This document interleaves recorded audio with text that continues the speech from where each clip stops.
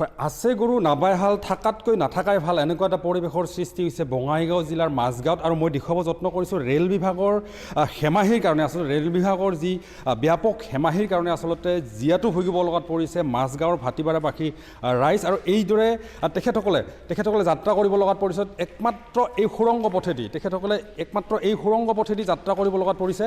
কাৰণ এই সুৰংগ পথত কিন্তু একাঠু পানী আৰু একাঠু পানীৰ মাজেৰে তেখেতসকলে দৈনন্দিন যি কাম কাজৰ পৰা আৰম্ভ কৰি দৈনন্দিন যি শিক্ষা ক্ষেত্ৰত যিসমূহ ছাত্ৰ ছাত্ৰী অহা যোৱা কৰে এই পানী পথেৰে তেখেতসকলে অহা যোৱা কৰে। কাৰণ কিয় একমাত্ৰ পথ হ'ল পানীপথ। ৰেল বিভাগে নিৰ্মাণ কৰি দিছে পানীপথ। আচলতে ইয়াত কিছুদিন পূৰ্বে ৰেল বিভাগে ইয়াত এখন ৰেলৰ গেট আছিলে আৰু গেটখন আঁতৰাই আচলতে তেখেতসকলে ৰেল বিভাগে এই সুৰংগ পথ নিৰ্মাণ কৰি দিছিলে। আৰু সুৰংগ পথ নিৰ্মাণ কৰাৰ পিছতে এইদৰে আচলতে এই অঞ্চলৰ শতাধিক জনতাই এইদৰে দৈনন্দিন পাৰ হ'ব লগাত পৰিছে। তেখেতসকলৰ নৈমিত্তিক কাম, তেখেতসকলৰ যি ল'ৰা ছোৱালী যি স্কুলত যোৱাৰ কাৰণে আচলতে তেখেতসকলে এনেদৰে দৈনিক পাৰ হ'ব লগাত পৰিছে। আৰু এই মুহূৰ্তত মই তেখেতসকলৰ যি অসুবিধা তেখেতসকলে বহুদিন ধৰি তেখেতসকলে ৰেল বিভাগক জনাইছিলে। কিন্তু ৰেল বিভাগক জনোৱাৰ পিছতো কিন্তু ৰেল বিভাগে আজি পৰ্যন্ত কিন্তু তেখেতসকলৰ যি সমস্যা আছে সমস্যা সমাধানৰ ক্ষেত্ৰত কোনো গুৰুত্ব দিয়া নাই। কেৱল অভিযোগ কৰিলে তেখেতসকলে কেৱল আহি পানী সিঁচি দিয়াৰ পিছতে কিন্তু তেখেতসকলে আকৌ নাইকিয়া হৈ যায়।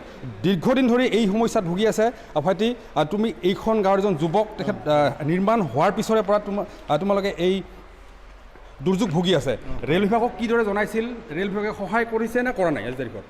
মানে এনেকুৱা হৈছে আৰু আমি যেতিয়া কমপ্লেইন মাৰোঁ তাৰপিছতে এবাৰ আহি সিঁচি দি যায়, তাৰপিছত আৰু মানে সিঁচিয়ে নিদিয়ে।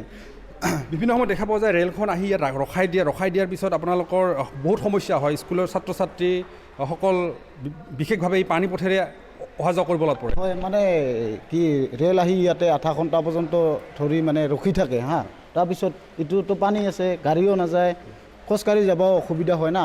ইয়াৰ কাৰণে মানে ৰেল বিভাগক মই মানে অনুৰোধ জনাইছোঁ আৰু কিন্তু সমস্যা সমাধান কৰি নিদিলে। হয়, সমস্যা সমাধান কৰি নিদিলে ৰেল বিভাগক জনাইছে তেখেতসকলে। কিন্তু এই মুহূৰ্তত মহিলা আছে, কিছু মহিলাৰ পৰা মই কিছু কথা জানিব বিচাৰিম। বাইদেউ, আপোনালোকে দৈনিক এই পথেদি অহা যোৱা কৰে। বিভিন্ন সমস্যা হয়, আপোনালোকৰ ল'ৰা ছোৱালী আছে, স্কুলত অহা যোৱা কৰে।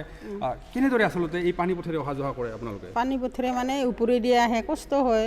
ৰেল আহিলে মানে সময়গতে হেৰি হয়, ইফালে স্কুলে আৰম্ভ হয়, তথাপিও মানে থিয় হৈ থাকিব লাগে। আৰু পানীখিনিতো আহিবই নাপাৰে, চাইকেল লৈ কেনেকৈ আহিবতে পেন ঠেন ভিজিয়া যায়।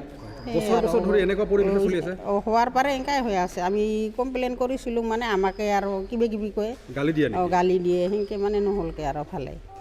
কমপ্লেইন কৰিছে তেখেতসকলে, অভিযোগ কৰিছে। অভিযোগ কৰাৰ পিছতো কিন্তু তেখেতসকলৰ যি সমস্যা সমাধানৰ ক্ষেত্ৰত কিন্তু ৰেল বিভাগে গুৰুত্ব নিদিয়ে। কিয় নিদিয়ে সেয়া এক ডাঙৰ প্ৰশ্ন হৈ পৰিছে। কিন্তু ইয়াত এটা কথা ক'ব লাগিব যে ৰেল বিভাগৰ যি কাৰিকৰী বিভাগ আছে, কাৰিকৰী দিশত যে বেয়াগম বিজুতি ঘটিছে। আৰু যাৰ ফলতে এইসকল জনতাই এইদৰে আজি পানী পথেৰে অহা যোৱা কৰিব লগাত পৰিছে। কিন্তু এই সমস্যা সমাধানৰ ক্ষেত্ৰত ৰেল বিভাগে কি গুৰুত্ব দিব সেয়াহে ডাঙৰ প্ৰশ্ন হৈ পৰিছে।